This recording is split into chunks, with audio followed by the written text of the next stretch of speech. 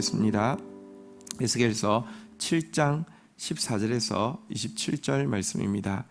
에스겔서 7장 14절에서 27절 우리 14절부터 우리 17절까지 먼저 교독하겠습니다. 14절 그들이 나팔을 불어 온갖 것을 준비하였을지라도 전쟁에 나갈 사람이 없나니 이는 내 진노가 그 무리에게 이르렀음이라. 밖에는 칼이 있고 안에는 전염병과 기근이 있어서 밭에 있는 자는 칼에 죽을 것이요 성읍에 있는 자는 기근과 전염병에 망할 것이며 14절 제가 읽겠습니다. 도망하는 자는 산 위로 피하여 다 각기 자기 죄악 때문에 골짜기에 비둘기들처럼 슬피 울 것이며 17절 읽겠습니다. 모든 손은 피곤하고 모든 무릎은 물과 같이 약할 것이라. 네. 자, 끝날이 왔다고 선포하신 하나님께서 이 끝날에 이제 있을 그 마지막 어쩌면 이제 그 뭐랄까요 마지막 저항의 모습에 대해서 좀 묘사를 하고 있는데요. 자, 이제 전쟁이 그 예루살렘을 바벨론이 이제 포위한 상태에서 이제 침공하는 일이 있을지라도 그러면 상식적으로 생각하면 이제 그 항전이 있어야 되지 않습니까? 그러나 14절에 보니까 나팔을 불고 이것은 이제 전쟁이 시작한다는 사인이죠. 나름의 이제 무기를 갖추었지만 문제는 그때 정상적인 상태에서 전쟁에 나갈 사람이 없을 것이다 라고 이야기하고 있습니다. 이것은 단지 바벨론이라는 나라와 유다라는 나라의 전쟁이 아니라 하나님께서 유다에게 쏟아부으신 진노의 결과로 말미암은 전쟁이기 때문입니다.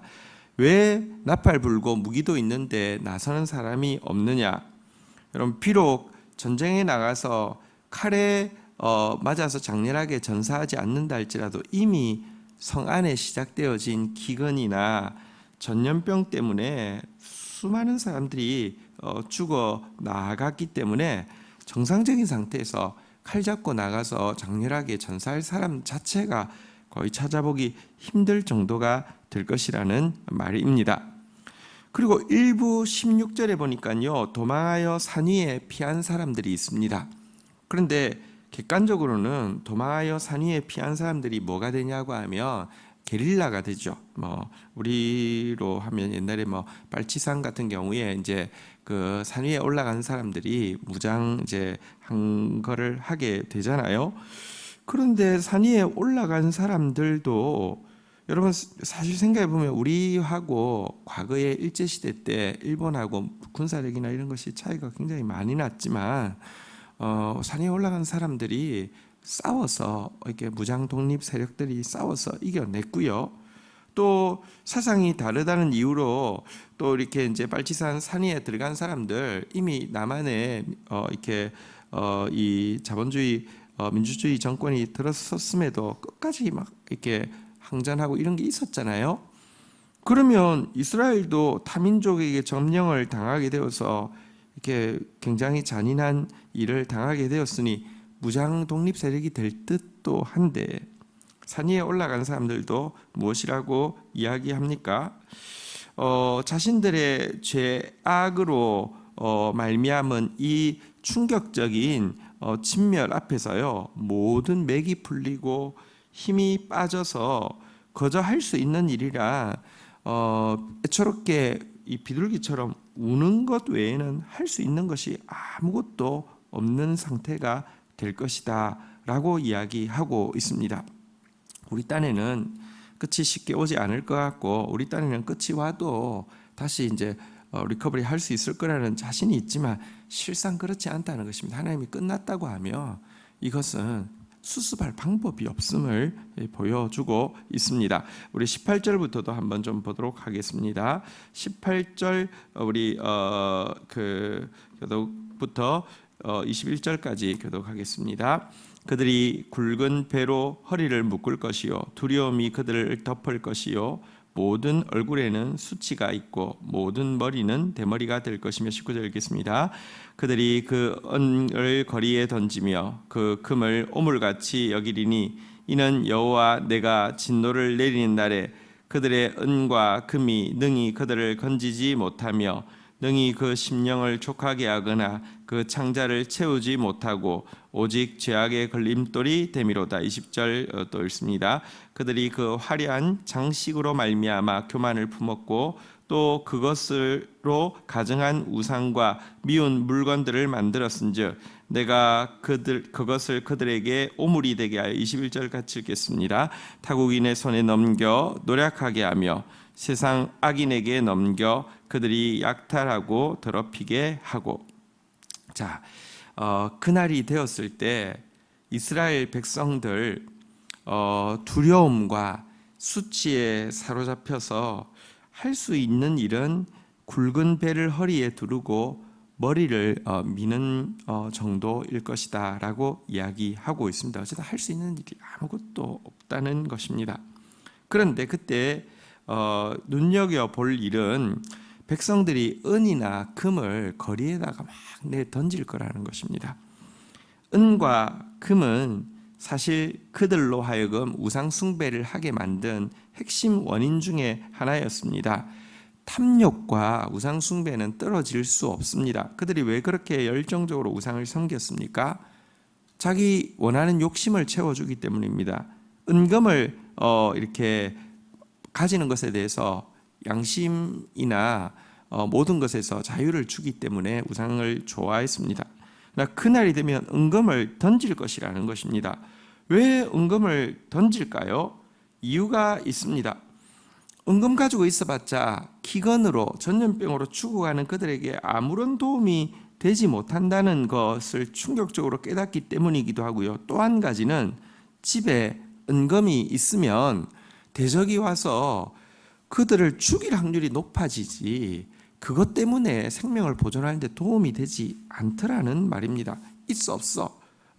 없습니다. 그런데 발각돼서 나오면 죽고 빼앗기지 도움될 거 하나도 없기 때문에 은금을 마치 오물을 집 밖에 던지듯이 전부 다 던지고 있을 것이다 라고 이야기하고 있습니다. 이것은 하나님의 심판이기도 합니다. 그동안 은금 가지고요 돈이 좀 여유가 있는 사람은 돈을 넉넉히 가진 사람은 은금 가지고 우상 만들었잖아요. 근데 이제 그 우상이 은금이라는 게 금, 금화, 은화도 있지만 금으로 돼 있는 우상도 있는데요. 이것도 전부 다 길거리에 다 던져도 죽어가는 사람이 없게 만들므로 말미암아 우상이 얼마나 어리석은 것인지 탐욕이 얼마나 헛된 것인지 행동으로 보여주게 하겠다 이런 의미를 가지고 있습니다. 자, 이제 22절 우리 읽도록 하겠습니다. 읽겠습니다. 시작. 내가 또 내 얼굴을 그들에게서 돌이키리니 그들이 내 엄밀한 처소를 더럽히고 포악한 자도 거기 들어와서 더럽히리라. 자, 그런데 한 가지 우리가 유념해 볼 필요가 있습니다. 예루살렘이 심판받을 때 이 악한 백성들이 심판받고 기근에 칼에 전염병에 죽게 되고 또 우상이 오물처럼 더럽혀지는 건 이해할 수 있습니다.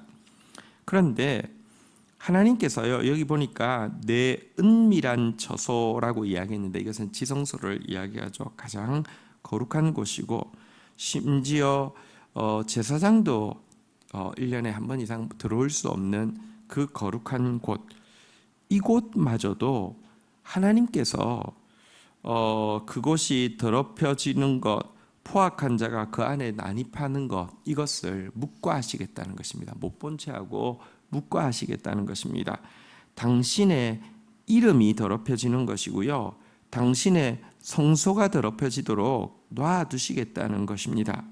왜 이렇게 하실까요? 하나님은 자기 백성들이 범죄함으로 말미암아 수치를 당할 때 너희들은 죄를 지었으니까 수치를 당해도 마땅해 이 더러운 것들 이렇게 하지 않습니다. 비록 그들이 하나님의 이름을 더럽혔고 정말 죄로 말미암아 심판받기에 마땅하지만 그들에게 당신의 이름을 거신 하나님은 그들 때문에 당신의 이름이 더럽혀지는 것을 기꺼이 감내하신다는 것입니다. 사실 에스겔의 전반부가 심판이 실제가 될 것이라는 내용이고 후반부가 회복이 실제가 될 것이라는 내용이라고 말씀드렸지 않습니까? 어떻게 회복이 실제가 될까요? 이스라엘 백성들이 징계를 받고 나면 좀 정신 차려서 이제 정말 거룩해서 누가 봐도 회복시켜야 될 만해서 회복시킬까요? 아니요. 솔직히 말하면 에스겔을 쓰고 있을 때 에스겔은 이미 1차, 2차 포로 잡혀간 백성들과 함께 바벨론에 있었습니다. 그러면 이들은 지금 3차 포로 잡혀오고 예루살렘의 멸망을 경험할 사람들에 비해서 어떤 의미에서 먼저 멸망을 경험했기 때문에 괜찮은 사람 되어야 되지 않습니까? 진짜 심판 앞에서 겸손한 사람 되어야 되지 않습니까? 아니요. 바벨론에 끌려와 있는 포로 공동체도 사실은 하나님의 심판을 믿지 않았고요. 금방 회복될 거라고만 생각했고요. 전혀 돌이키지 않았습니다. 이런데 3차에 온 사람들은 조금 달라질 것 똑같습니다. 그런데 어떻게 회복이 됩니까? 하나님이 그들과 함께 수치를 당했고 하나님의 이름이 그들과 함께 더럽힘을 받았기 때문에 하나님이 자기 일을 위해서 자기 이름을 위하여 일하여 회복시키기 때문에 거기에 묻어서 남아있는 소수가 남은 자가 회복될 가능성이 있는 것이지 우리가 정신 차려서 회복될 가능성은 진짜 이건 안드로메다까지 가도 안 됩니다. 하나님은 우리에게 당신의 이름을 거신 것에 대해서 후회치 않으시고 우리가 죄로 말미암아 수치당할 때 당신도 기꺼이 수치를 당하심을 오늘 본문은 잘 보여주고 있습니다. 자, 3절, 24절 교독하도록 하겠습니다. 너는 쇠사슬을 만들라. 이는 피 흘리는 자가 그 땅에 가득하고 포악이 그 성읍에 찼습니다. 24절 같이 읽겠습니다. 내가 극히 악한 이방인들을 데려와서 그들이 그 집들을 점령하게 하고 강한 자의 교만을 그치게 하리니 그들의 성소가 더럽힘을 당하리라. 자, 하나님께서 이제 그들을 심판하실 것을 보여주시면서 쇠사슬을 만들라고 또 이 에스겔에게 말씀하셨죠. 끌려갈 것이라는 것입니다. 그 이유를 두 가지로 이야기하고 있는데요. 첫 번째는 피 흘리는 죄, 다시 말하면 약한 자들을 학대하고 이 행동으로 폭력으로 이렇게 억압했던 포악에 대해서 심판하시겠다는 것입니다. 하나님을 떠난 백성들, 탐욕으로 말미암아 우상을 섬기며 우상을 담게 돼 있는데 사탄의 모습 중에 가장 대표적인 모습이 포악이죠. 사탄은요, 제일 처음 범죄하기 전에는 우리에게 마치 이렇게 모든 걸 다 줄 것처럼 이렇게 살살 다가와서 이렇게 유혹하는 음녀처럼 다가오지만 범죄하고 나서는 얼굴을 표변해서요 가장 포악한 인신매매범처럼 우리를 학대하는데요. 우상 숭배하는 사람들은 꼭 이 포악을 가지게 돼 있습니다. 갑질은 여러분 무슨 문화로 고칠 수 있는 게 아닙니다. 교양으로 고칠 수 있는 게 아닙니다. 사단을 따라가는 사람에게 갑질은 사라질 수가 없습니다. 포악은 사라질 수가 없습니다. 이 포악, 피 흘리는 이 포악 때문에 심판받게 될 것이다 라고 이야기하고 있고요. 두 번째는 여기 보니까 교만 때문에 그들을 심판할 것이다 라고 말씀하고 있습니다. 교만 때문에 이제 그 극히 악한 이방인들이 그들의 집을 차지하게 하고 또 여기 보니까요, 한번 따라하겠습니다. 그들의 성소. 여러분 여기에서는 보면 위에는 내 은밀한 처소라고 이야기했는데요. 이것은 지성소에 따른 이름이죠. 그런데 이것을 그들의 성소라고 이야기했는데요. 사실은 이미 하나님의 성소마저도 그들이 더럽혀서 이렇게 이제는 하나님의 성소가 아니라 그들의 성소라고 지금 일컫는 바입니다. 여러분, 그런데 이 그들의 성소라는 단어가 실상 이 유다 백성들이 교만하게 만든 이유가 무엇인지를 잘 설명해 주는 것이기도 합니다. 유다 백성들이 왜 교만한 줄 아십니까? 이유가 있습니다. 그들의 교만의 근거는 그들은 성소가 있는 성지에 살고 있는 성민이라는 생각 때문입니다. 나는 성민이야. 이 땅은 성지야. 우리에게는 누가 뭐라 해도 성소가 있어. 여러분, 우리를 성민으로 삼으신 이유, 우리를 성소로 삼으신 이유는 그래서 이 더러운 지옥 갈 것들이라고 남들 비방하면서 자기 합리화하면서 나는 무슨 짓을 해도 구원받는다는 간이 배 밖에 나오는 교만을 합리화해 주기 위함이 아닙니다. 우리를 성민 삼으신 이유, 우리에게 성소를 허락하신 이유는요, 자격 없는 우리를 성민 삼으시고 성소를 허락하신 이유는 세상 가운데 하나님의 거룩함이 얼마나 축복인지를 보여주고 자격 없는 자를 성민 성소 삼으신 것에 대해서 은혜 받은 자로서 값없이 은혜를 흘려보내서 내가 구원받는다고 하면 당신들이 구원받는 것은 상식입니다. 당연합니다. 죄인의 개수인 나도 구원받았으니 당신들이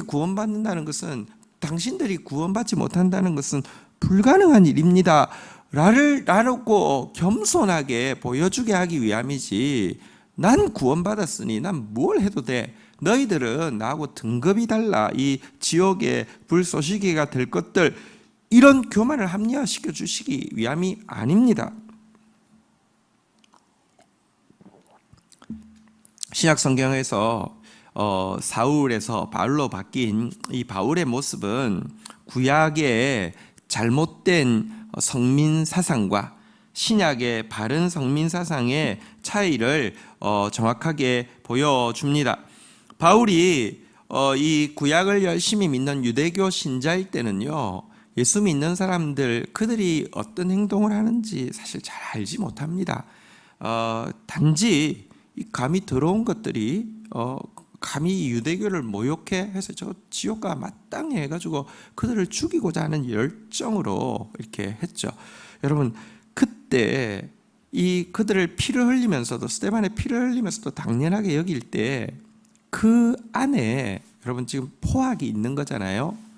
그가 그러면 다른 영역에서는 포악이 없었을까요? 그가 종교를 열심히 믿고 있기 때문에 그가 다른 영역에서는 굉장히 인격적이었을까요? 그럴 수가 없습니다. 그 속에는 이미 이 유대교 신앙에 대한 자만심이 있기 때문에 포악은요, 표출이 언제든지 나오게 되어 있습니다. 그런데 그렇게 예수 믿는 사람, 자기들의 신앙과 다른 사람에 대해서 자기가 이렇게 생각하기에 다른 사람에 대해서 죽이는 것을 합당하게 생각할 정도로 교만했던 그가 예수를 만나고 나자 무엇이라고 증언하고 있습니까? 신약에 들어온 그가 무엇이라고 전형하고 있습니까? mit보다 이 말이여 모든 사람이 받을 만하도다. 그리스도께서 죄인을 구원하러 오셨도다. 죄인 중에 내가 괴수로다. 달리 설명하며, 나 같은 괴수도 구원받는다고 하면 죄인이 구원받는다는 말은 너무너무 믿을 만한 말입니다. 누가 구원받지 않겠습니까? 나 좀 보십시오. 나도 구원받았습니다. 무슨 말입니까? 자기를 어떤 신앙의 높은 어떤 모범 케이스로, 모범 사례로 제시하는 것이 아니라 시범 케이스로 나 같은 자도 구원받았으면 누가 구원받지 않겠습니까? 이게 바른 성민 사상이라는 것입니다.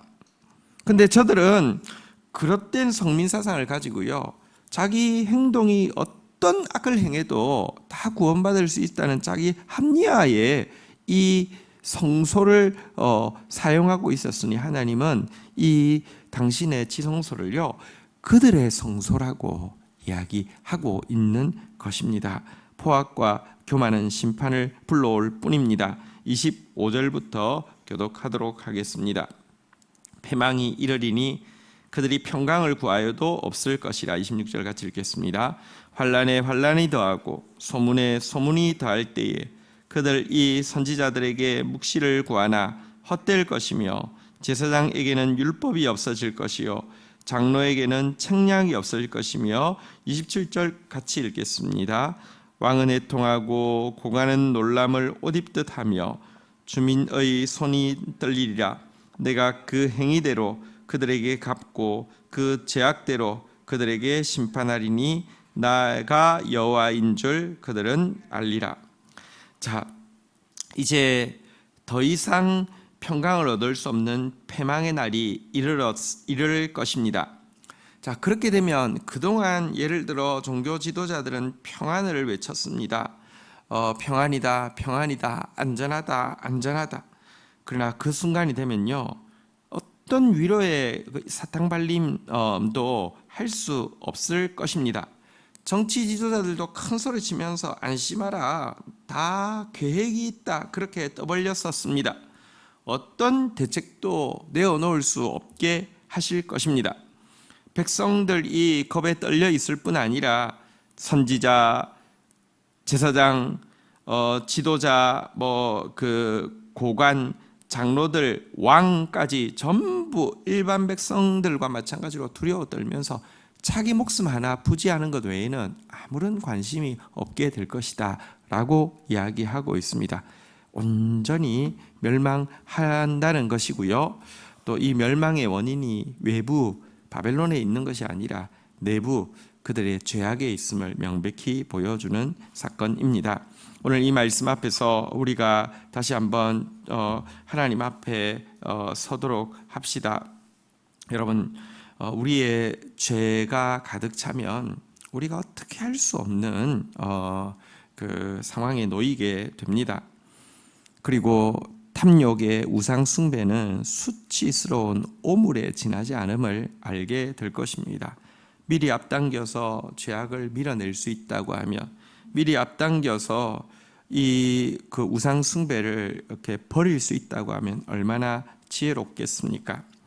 우리에게는 소망이 없지만 오늘도 우리의 교만과 포악을 회개하고 나아가면서 우리의 유일한 소망은 그래도 우리에게 당신의 이름을 걸어두시고 우리와 함께 고난을 받으시며 우리와 함께 수치를 받으시는 그 하나님의 긍휼에 우리의 구원이 있습니다.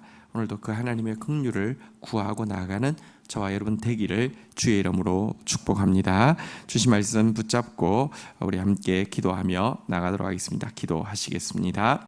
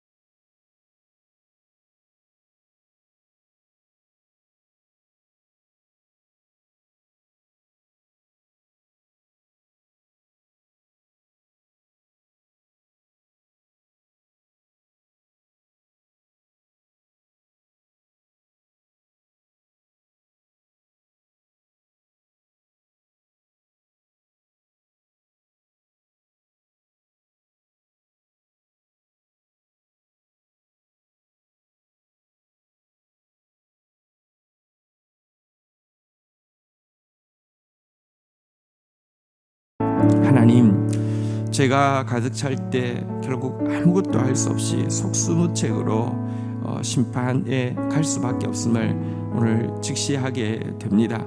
아직도 괜찮다고 착각하고 있고 그때가 되면 또 방법이 있을 것이라고 어리석게 미루고 있는 우리의 모습을 직시하게 하여 주시고, 우리 안에 있는 교만, 우리 안에 있는 포악을 오늘도 애써 밀어내고 싸우는 자 되어지게 인도하여 주옵소서. 우리가 애써 추구하던 은금이, 탐욕이 오물에 지나지 않음을 미리 깨닫게 하여 주시고, 하나님, 탐심과 우상 숭배를 오늘도 힘써 밀어내는 자 되어질 수 있도록 인도하여 주옵소서. 그러나 이 같은 모습을 다 아심에도 불구하고 우리에게 당신의 이름을 거신 것을 후회하지 않으시고 우리의 죄로 말미암아 하나님 기꺼이 수치를 당하시고 함께 모욕을 당하시고 함께 고난 받으시는 하나님을 찬양하고 경배합니다. 그 하나님께 우리의 소망이 있음을 고백합니다. 사람 의지하지 않게 하시고 자기 의지하지 않게 하시고 그 하나님 의지하며 심판하신 하나님 또 반드시 회복하실 것이오니 그 하나님을 기다리는 자 되어질 수 있도록 인도하여 주옵소서. 오늘도 그 하나님 의지하는 표현으로, 오늘도 그 하나님 신뢰하는 표현으로, 오늘도 그 하나님 앞에서 겸손한 표현으로 오늘도 우리가 예배드리며 나아가기를 원합니다. 오늘도 우리가 찬양의 갑옷을 입고 기쁨의 희락의 군대로서 오늘도 살아드리기를 원하오니 성령님 우리를 붙들어 주시옵소서. 예수 그리스도의 이름으로 기도 올립니다. 아멘.